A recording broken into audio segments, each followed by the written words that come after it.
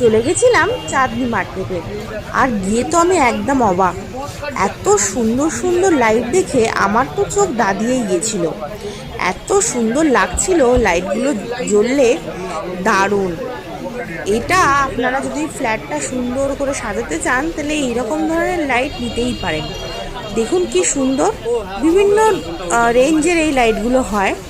আপনারা যদি নতুন ফ্ল্যাট কিনবেন ভাবছেন তাহলে কীরকম লাইট লাগাবেন আপনার প্রশ্ন জাগতেই পারে।